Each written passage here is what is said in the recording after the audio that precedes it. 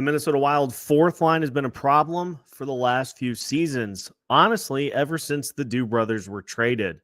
But you wouldn't believe the ways Bill Guerin has tried to fill the holes. Hey, this is Matt Boldy, and you're listening to Locked On Wild. Hey, this is Marcus Foligno, and you're listening to Locked On Wild. You're Locked On Wild, your daily podcast on the Minnesota Wild. Part of the Locked On Podcast Network, your team every day. What's happening, everybody? Welcome into another episode of Locked On Wild, your daily Minnesota Wild podcast, part of the Locked On Podcast Network. We are your team each and every day. We thank you for making Locked On Wild your first listen each and every day as well. Make sure you subscribe on YouTube and your favorite podcast platforms so you don't miss out on any new episodes throughout the week. Today's episode of Locked On Wild is brought to you by Game Time. Download the Game Time app, create an account, and use code LOCKEDONNHL for $20 off your first purchase. On today's episode of Locked On Wild, we are going to dive in to the fourth line struggles for the Minnesota Wild that date back all the way to the days of the Dew brothers. We remember them well. We're going to look at why this Minnesota Wild team has struggled to fill that fourth line. We're going to then look at the types of players that Bill Guerin has used to try to fill that spot. And we're going to finish by looking at what makes a successful fourth line.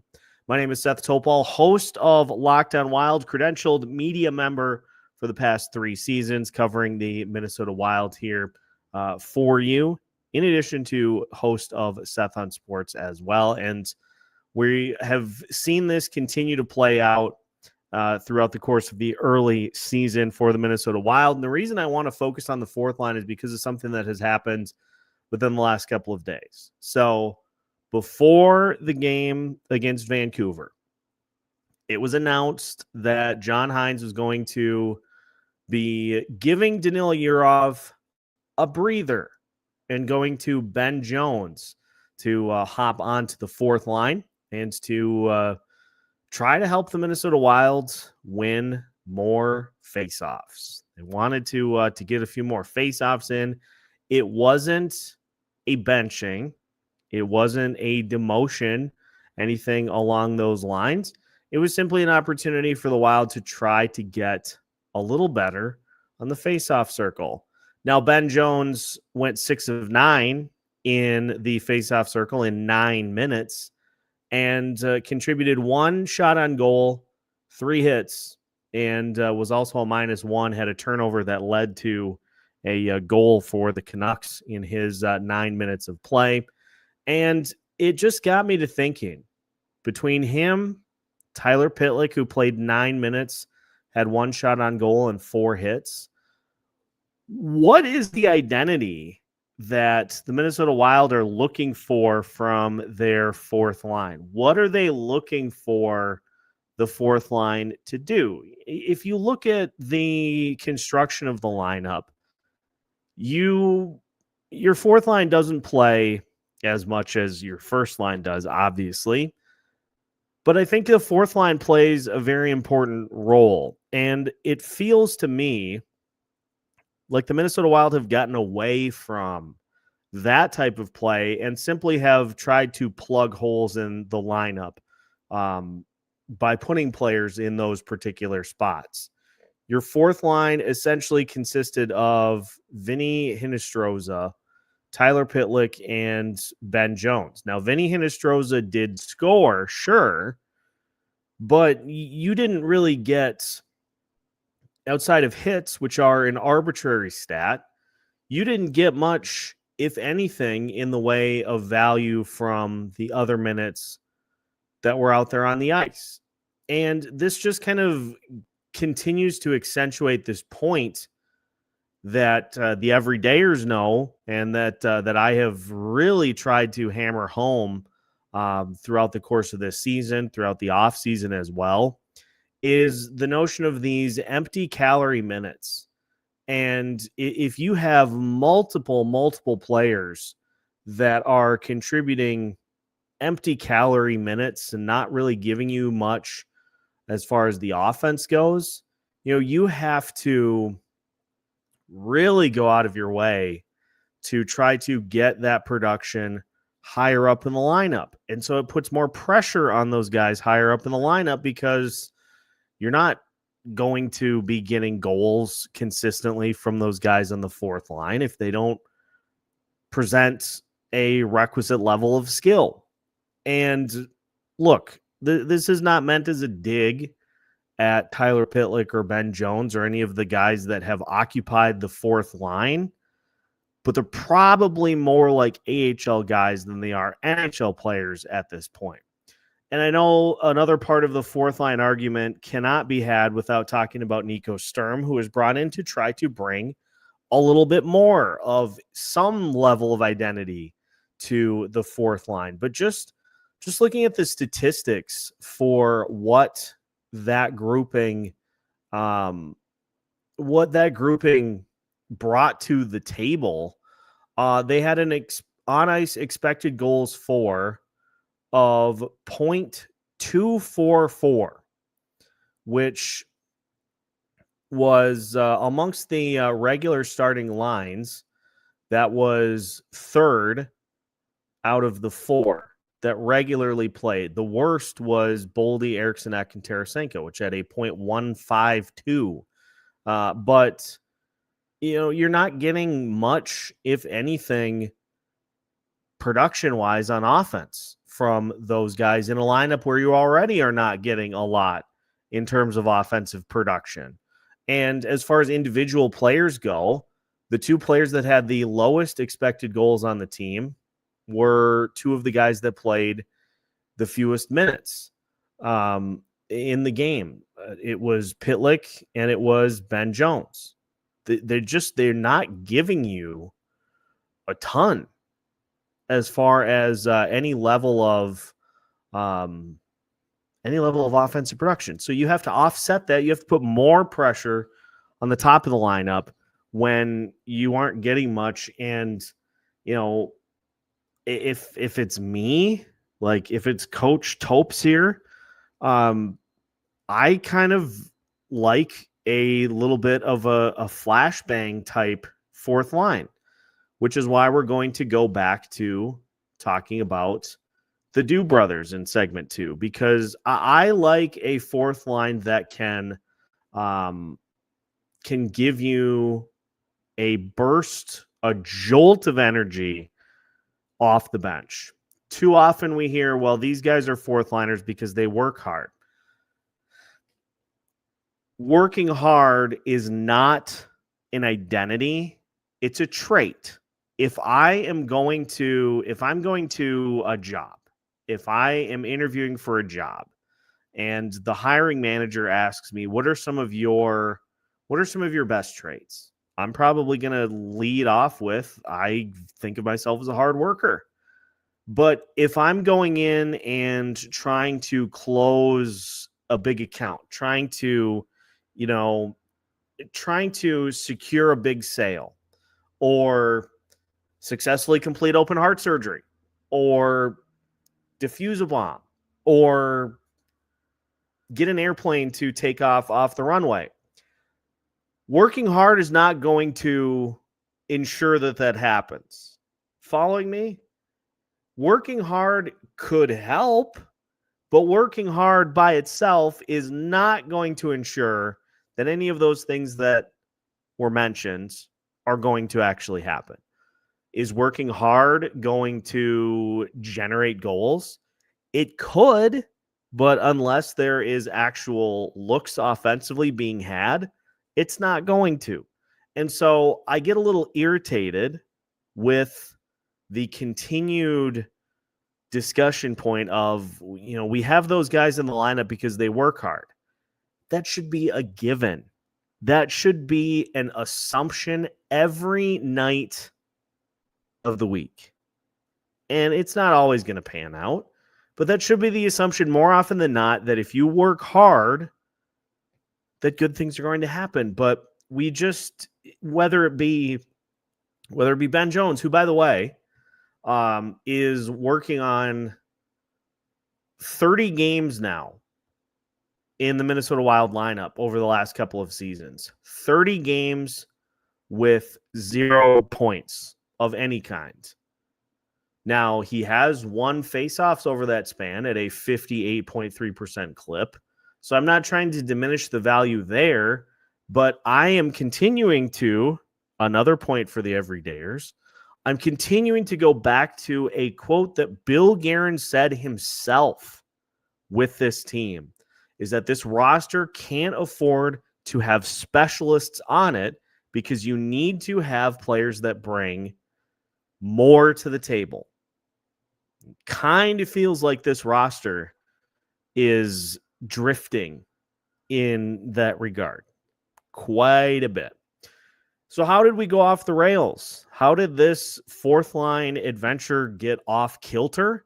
Well, we can trace it back to two names, Connor Dewar and Brandon Duhaime. And so when we come back, we're going to take a look at what they brought to the table, why the decision was made to move on from them, and another name too that was cast aside early in his career, and now he's back. We're going to take a look at some of the recent successes for the Minnesota Wild on the fourth line and the type of player that you need to fill that spot. That's coming up as we continue today's episode of Locked On Wild after this. Today's episode of Locked On Wild is brought to you by Monarch. Let's be honest. Most of us can't even name all of our financial accounts, let alone what they're worth. Between 401ks, savings, and investments, it's easy to lose track, and that can mean leaving money on the table. That's why I started using Monarch. It's an all-in-one personal finance tool that brings your entire financial life together in one clean, easy-to-use interface on your laptop or on your phone. My favorite part of Monarch is that it centralizes. It's the command center for your financial portfolio. I don't have to go to my credit card app, my bank app, any of the other apps, my stock portfolio. Monarch puts it all in one place, so you don't have to keep scrolling through. You can just find everything you need right at your fingertips. So don't let financial opportunities slip through the cracks. Use code LOCKEDONNHL at monarch.com for 50% off your first year. That's monarch.com, code LOCKEDONNHL for half off your first year. Welcome back to today's episode of Locked On Wild. Once again, we thank you for making Locked On Wild your first listen each and every day. Again, make sure to like and subscribe so you don't miss out on any new episodes throughout the week. We got new episodes for you every Monday through Friday, part of the Locked On Podcast Network. And as you can see, we've made a few upgrades. More upgrades are on the way. So stay tuned as we upgrade our visual picture here a little bit. We got plenty more exciting stuff coming up here over the next week or so. So fourth line picture, in the grand scheme of things, does it mean a ton? Well, that depends. I think in this case, it certainly does, because you're not getting production from that spot in the lineup. So you're basically relying on three different lines to handle the scoring for you. And I'll look at some instances too. One instance in particular of a player who is starting to really find his groove in Boston, that the Minnesota Wild tried to turn into a fourth line guy, and it didn't pan out.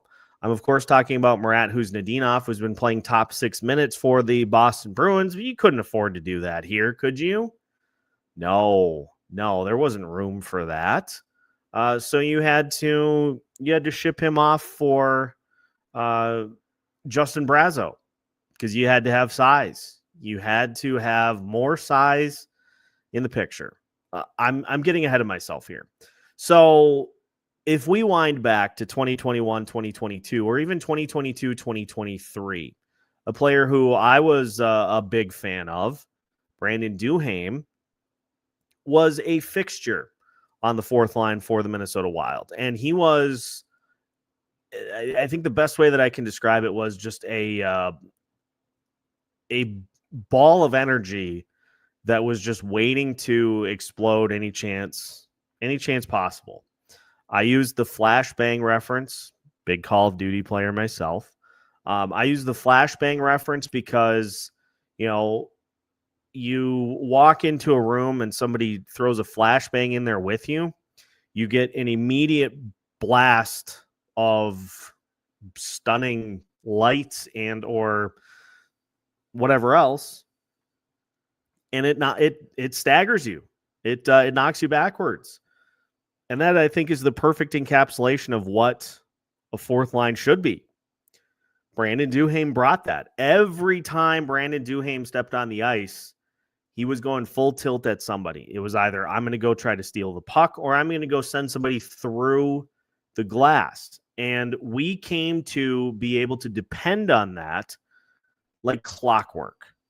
It became a part of the Minnesota Wild's nature, an identity, if you will. Part of their identity is we're gonna go punch you in the mouth. And for a couple of seasons, he was an anchor for that group. Heavy hits, blazing speed, but he had a partner in crime in that venture.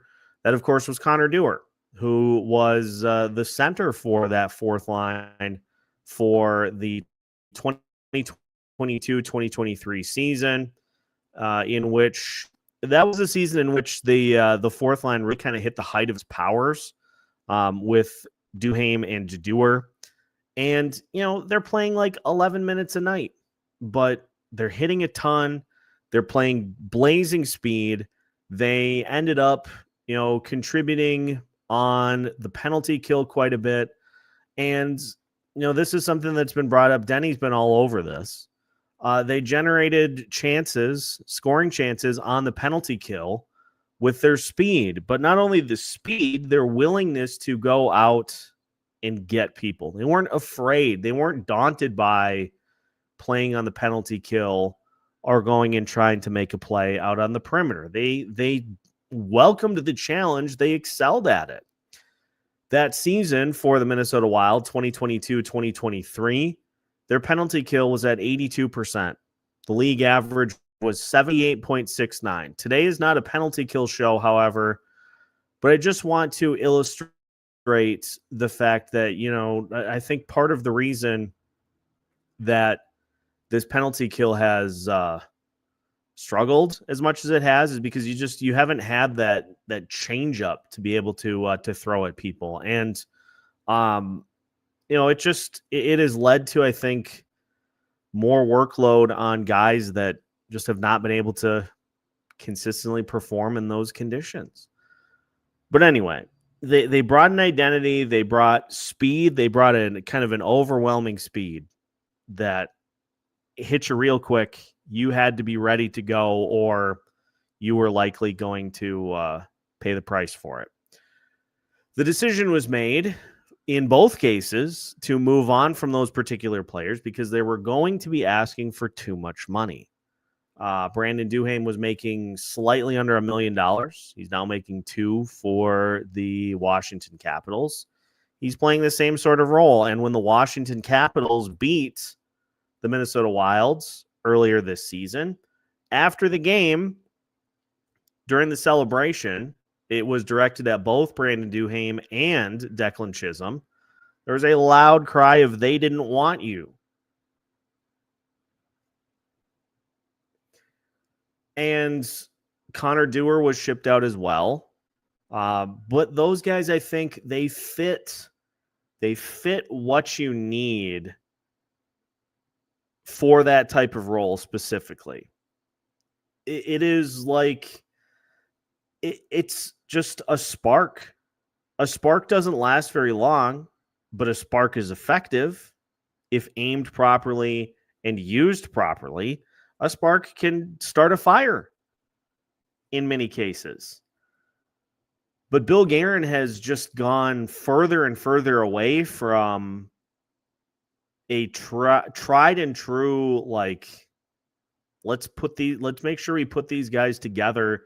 Because the other thing too is, you look at Brandon Duhaime, that 2022-2023 season, his average shift was about 38 seconds. Connor Duer's average shift was about 44 seconds. That's not a lot of time. Certainly not one of the longer shifts on the team, but they made an impact every time they were on the ice. And you can add Mason Shaw to that list as well. He was a focal point, a fixture on that fourth line in 2022-2023. Now, I know Shaw got injured, which is unfortunate. So that kind of took him out of that equation. But if you think about it, have the Minnesota Wild had any level of fourth line identity since those three?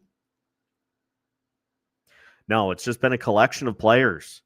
And I know because I have the list in front of me, and we're going to go over it to finish today's show. I'm calling this the Fourth Line Hall of Misses. We'll take a look as we continue today's episode of Locked On Wild after this.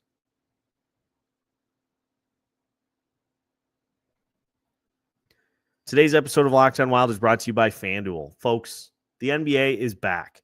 There is no better place to get in on the action than FanDuel, the official sports betting partner of the NBA. Even if you missed the start of the game or want to ride the hot hand, FanDuel has live bets on everything from who will score next to fourth quarter comebacks. Plus, you can even combine your live bets into a same-game parlay for a shot at a bigger payout. It helps keep the game exciting, especially when your team is making the late push. The Timberwolves have had a couple of exciting games so far this season. And if you are somebody that wants to, parlay Anthony Edwards' performances, you haven't had the chance to do that as much, which is why Julius Randle's a perfect fit and a perfect opportunity to cash in, whether it be for him to go over his point totals, or you can even go further down if you think the Wolves are going to be one of the best teams in the Western Conference. Futures bets are a great option as well. Whatever you choose, FanDuel is giving new customers $300 in bonus bets when your first $5 bet wins. So head to FanDuel.com and sign up and play your game with FanDuel, the official sports betting partner of the NBA. Today's episode of Locked On Wild is also brought to you by Game Time. Hockey season is officially here, and nothing beats being in the arena for those opening games. Let's be real. Getting tickets can be a total headache. Between waiting in queues, surprise fees, and prices that jump right before checkout, it's easy to get frustrated when all you want to do is cheer on your team. That's where Game Time comes in, the app that gives fans the advantage. It's your ultimate life hack for scoring amazing NHL tickets fast, easy, and stress-free. Yes, that's right. Ticket prices usually go down the closer you get to your event, so you don't have to stress about if you're going to be able to find cheap seats. Game Time's got you covered. So take the guesswork out of buying NHL tickets with Game Time. Download the Game Time app, create an account, and use code LOCKEDONNHL for $20 off your first purchase. Terms apply. That's code LOCKEDONNHL for $20 off. Swipe, tap, ticket, go. Final segment of today's episode of Locked On Wild. Once again, we thank you for making Locked On Wild your first listen each and every day. Again, make sure to like and subscribe so you don't miss out on any new episodes throughout the week. We've got them for you every day of the week. Let's go to the Fourth Line Hall of Misses. Some particular names that have factored into the fourth line fun here over the last couple of seasons. We'll start with a name who has actually played himself into a bigger role in Dallas, that being Sam Steele. Sam Steele played all over the lineup during his tenure with the Minnesota Wild. He played, on the top line a little bit, but it turns out that his skill set maybe not quite top line, but he's been a top six guy for Dallas so far this season in spurts. almost as if Dallas knows how to properly utilize players.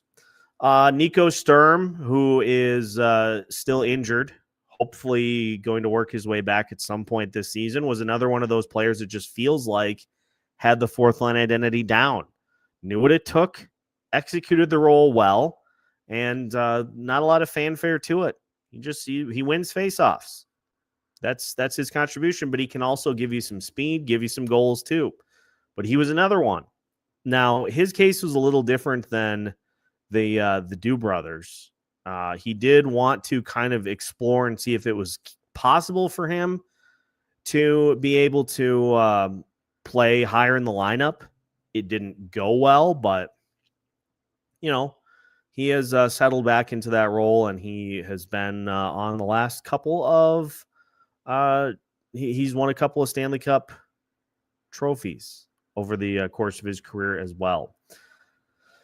Some other names. We've, of course, got Yakov Trenyan right now, who is playing on the fourth line. And it just, I don't know. Again, other than hits, like, are we really turning this into like hey, we are playing the hits. We are just nothing but the hits, like an oldies radio station.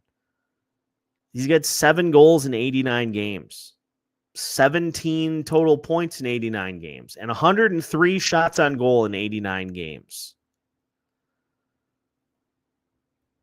That's not a ton. Of course, Patrick Maroon, who was played everywhere in the lineup, was brought in for some fourth line toughness. Had some real interesting comments when he played for the Minnesota Wild about how bad things got. Then he got shipping out to Boston, just like the Dropkick Murphys said. Nick Bjugstad was another fourth line player, more of a third or fourth line player. He obviously brought some size to the table.